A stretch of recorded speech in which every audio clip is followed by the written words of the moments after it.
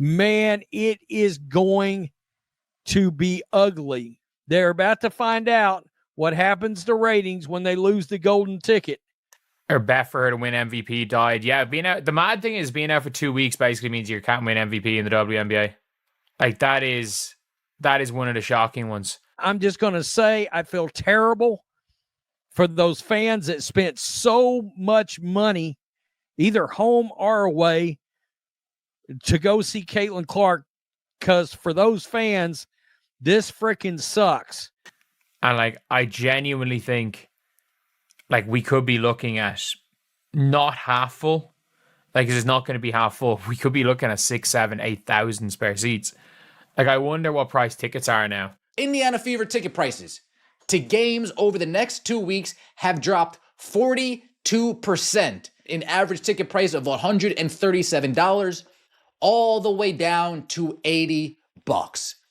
When it comes to the Chicago Sky game, that is the marquee matchup in the WNBA, and those tickets are crashing just as well. From $86 48 hours ago to $25. Viewership down by 85%.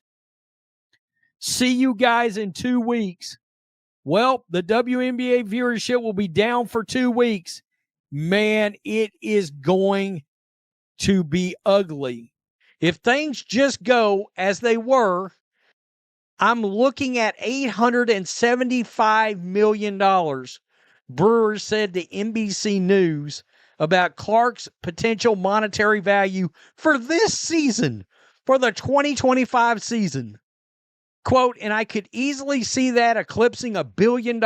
Imagine the most valuable asset in an entire league suddenly sidelined. Not just a star, but the driving force behind its unprecedented explosion in popularity. That's precisely what just happened to the WNBA. The news of Caitlin Clark's injury sent shockwaves, leaving fans who paid big bucks for tickets feeling devastated. But for some within the league's old guard, it's their deepest, darkest fear coming true. Because this isn't just about a few missed games. It's a forced, uncomfortable pause that's about to expose everything they've been trying to suppress. And ironically, it might just be the most pivotal moment for the league's future. Let's get into it, but first, if you're pulling for Caitlin, hit that like button to wish her a speedy recovery, and subscribe for more deep dives into the changing world of sports. So, the injury, a left quad strain, reportedly sidelining her for at least 2 weeks. This came as a shock to many because despite the relentless on-court abuse she's taken, Caitlin has been remarkably durable. We're talking 185 consecutive regular season and playoff games across her college and pro career before this. This is completely new territory. Injuries are part of sports, sure, but when the very face of the league, the player who's captured the world's attention, is out for the first time ever, fans are naturally concerned. The big question right now is, just how serious is this? The 2+ week timeline suggests it's a grade 1 strain, which is the best case scenario for a quick and full recovery. But either way, she's likely to miss at least 4 games, including a highly anticipated matchup against the Sky. Now, if you're a Fever fan, you're probably wondering how this impacts the team.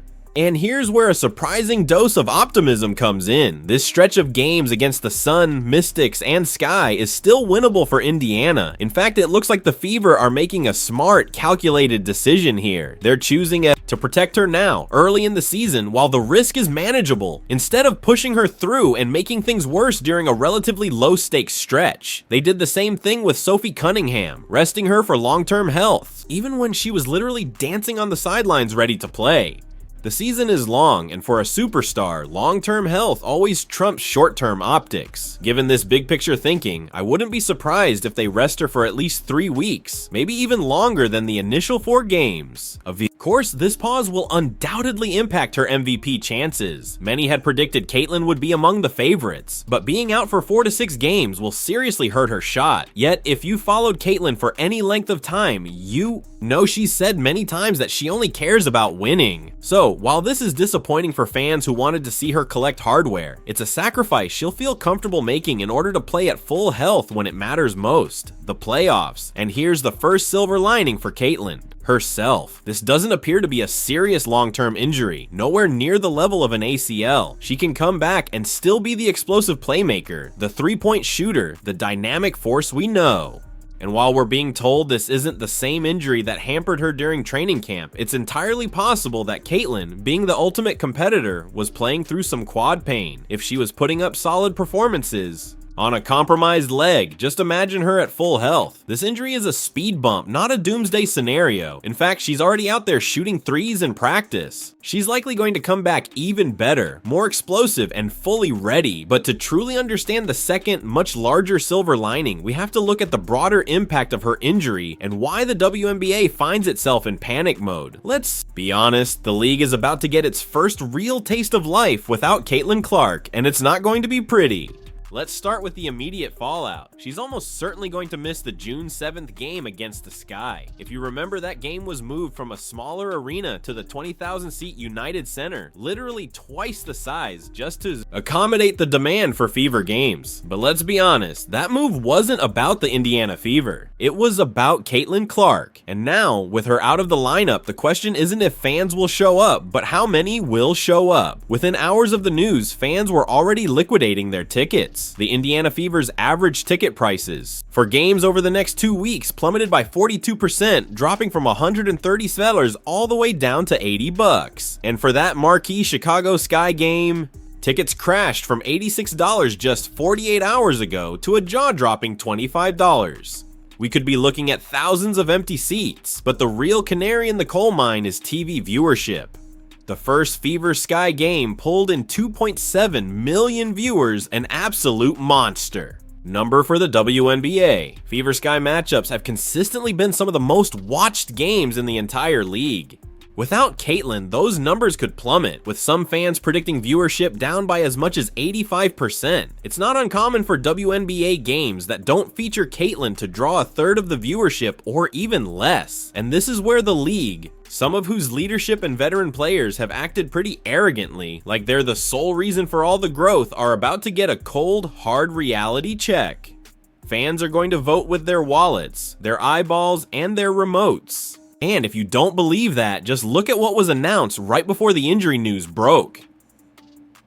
Caitlyn Clark's impact on the WNBA, we knew it was big, but now we have an idea of just how big. Ryan Brewer, a valuation expert who's been closely tracking the WNBA's growth, just released a new report on her impact in 2025, and the numbers are absolutely astounding. They don't just confirm her importance, they blow it wide open. Brewer said to NBC News about Clark's potential monetary value for the 2025 season. If things just go as they were, I'm looking at $875 million, and I could easily see that eclipsing $1 billion. Let that sink in. One player, potentially driving over $1 billion in economic impact. The analysis takes into account everything: TV viewership, ticket sales, merchandise, sponsorships, social media engagement. And it all leads to one undeniable conclusion: Caitlyn Clark is the single biggest financial driver of the WNBA. Not one of the drivers, but the driver. Media Sports Watch noted that of the 24 WNBA broadcasts that garnered 1 million TV viewers, 21 of them included Caitlyn Clark. The reason is simple. She's the crossover star the league has been chasing for decades. She's the one who brings in the casuals, the new kind of demographic, accelerating interest in corporate sponsorships. This is a lot like what happened with Tiger Woods in the 1990s. He brought a level of athleticism, charisma, and dominance that golf had never seen. His historic win at the 1997 Masters drew massive global attention, turning golf from a niche country club sport into a global spectator event. Television ratings skyrocketed, PGA Tour prize money tripled, and golfers across the board started earning way more, not because they got better, but because Tiger made golf matter. And that's exactly what Caitlyn Clark is doing for the WNBA.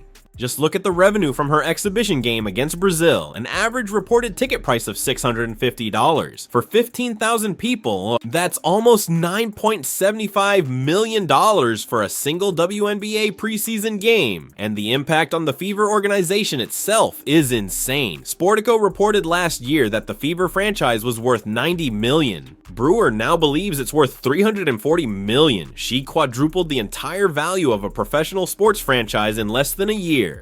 Honestly, you have to wonder why they haven't made her a part owner yet. When you add it all up, you can start to see why the WNBA is in panic mode. They're about to get a small, painful taste of what life looks like without Caitlyn Clark. And honestly, it's a much needed reality check. For too long, some WNBA players have weirdly been fighting growth. Stop fighting the truth. Get out of your own way. Despite the overwhelming positive impact Caitlin Clark has had on the WNBA and on every single player's earning potential and visibility, the league has still shown resistance. We thought things were getting better. There was a moment of hope when some of the biggest legends in the game started speaking up in support of Caitlin, recognizing what she means not just to the Fever, but to the entire league. Have we ever had teams have to get into larger arenas to play against a team? No, we have not. So if we have more eyeballs on the game and Caitlin Clark brings that, why would we feel some kind of way? But even with those voices backing her, the resistance hasn't fully gone away. Some of the haters still don't want to address it. They're still bitter, holding on to the idea that they were the reason for the league's growth, trying to rewrite the narrative. We've even seen players publicly voice frustration that Caitlin was getting more nationally televised games, while the media still disparages her fans with tired narratives about safety and toxicity.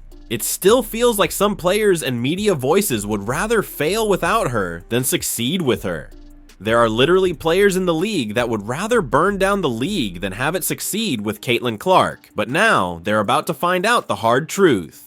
All that leverage they think they have, it's nothing without Caitlin Clark. Sure, it's a small sample size, she'll be out a couple of weeks, but sometimes that's all it takes for the cracks to show. The league still needs a wake-up call. And honestly, it would be vindication for Caitlin Clark and her fans. Not that they should need it at this point, the proof is already overwhelming, but clearly some people still don't get it. So maybe, just maybe, the league needs to feel the dip, needs to see the numbers crater, needs to watch those empty seats and plummeting ratings, and maybe, just maybe, they'll finally clean up the officiating while they're at it, because let's be real, it's been incredibly one-sided, and fans are done pretending otherwise. Another year and another case of WNBA referees dropping the ball, not making the right calls when it comes to Caitlin Clark. Teams have been allowed to take liberties against Caitlin Clark all season, and it finally reached a boiling point in the game against the Liberty.